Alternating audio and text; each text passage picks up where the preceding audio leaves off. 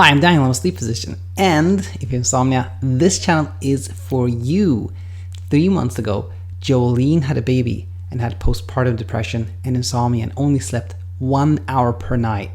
Today, she's feeling like herself. She's feeling more confident. She's driving and taking care of her little baby. We're going to see in today's episode how she made that remarkable turnaround.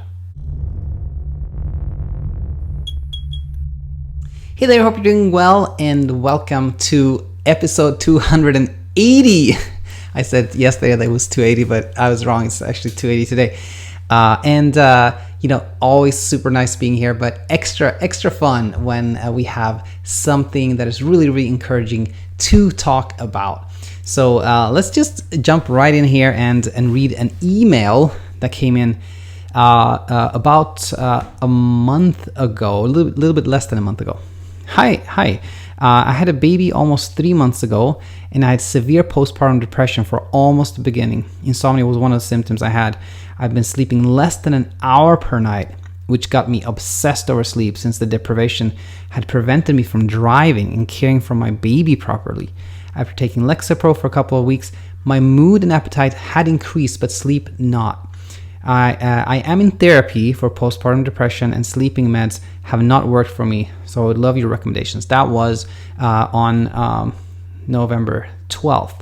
And I replied in a podcast episode pod number 64, so you can tune into that. But I think you'll see from her email back to me what we talked about. So just yesterday, this came in. Hi. I appreciate you speaking about me on your podcast. I took your advice and mainly just tried not to stress and overthink about sleep. I stopped doing research on sleep.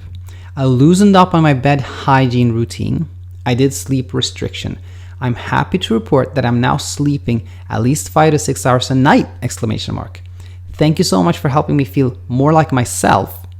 And I'm now able to feel more confident to care for my baby and return to normal life functioning. Best, Jolene. Super happy to hear this, Jolene. If you happen to be tuning in, maybe you've already left the insomnia world, which is good. You should do that. But if you're listening here, thank you so much. And anybody else, by the way, if anybody out there at any point is starting to feel better, please share that. It is so important to hear these stories. So what were kind of the key things? Well, Jolene, in a very succinctly here, describes a couple of super important things. Let's go over them. So one is, I tried to not stress and overthink about sleep. Like, if there's one thing that I hear all the time from people that have gone on to sleep well, it is, I'm now worrying less. I stopped worrying so much about sleep. That is so important.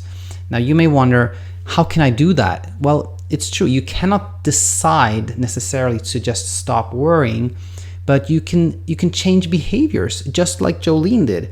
I stopped researching on sleep, don't go to that forum, don't try to figure it out, don't Google it and look for things. That's important. And we also see that she did spend less time in bed. That's a very important psychological step away from worrying away from like trying to sleep. Very important. Educating yourself, for example, on this channel, that short sleep and insomnia has not been shown to cause any negative health issues. You cannot go crazy or die from poor sleep or insomnia and things like that. That really often helps decrease worrying.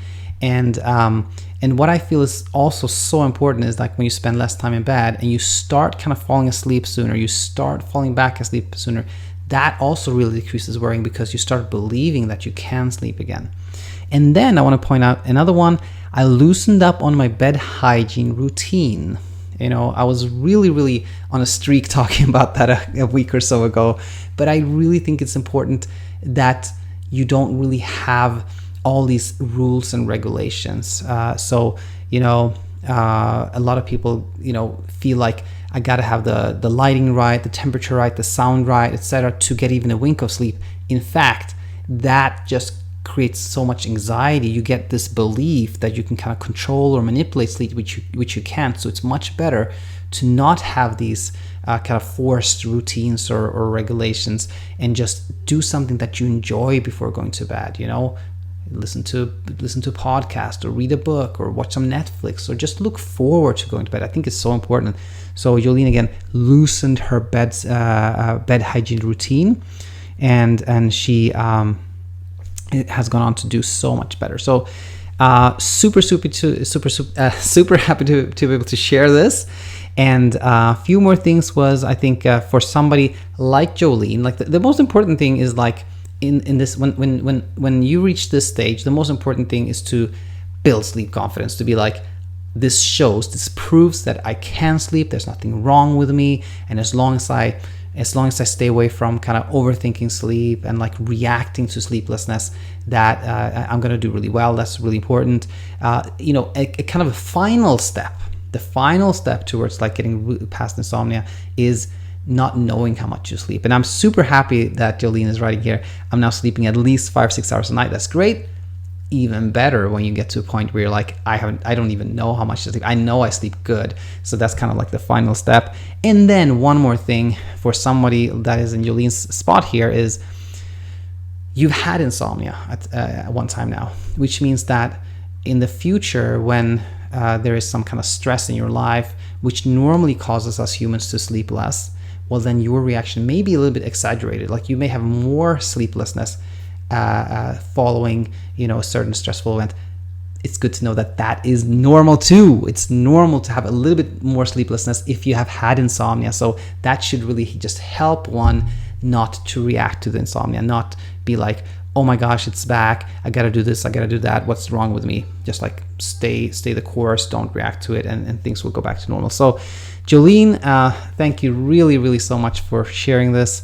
And anybody that has any question, please leave a comment or send me an email at daniel@insomniainsight.co, and I look forward to having everyone back here tomorrow. Until then, take it easy.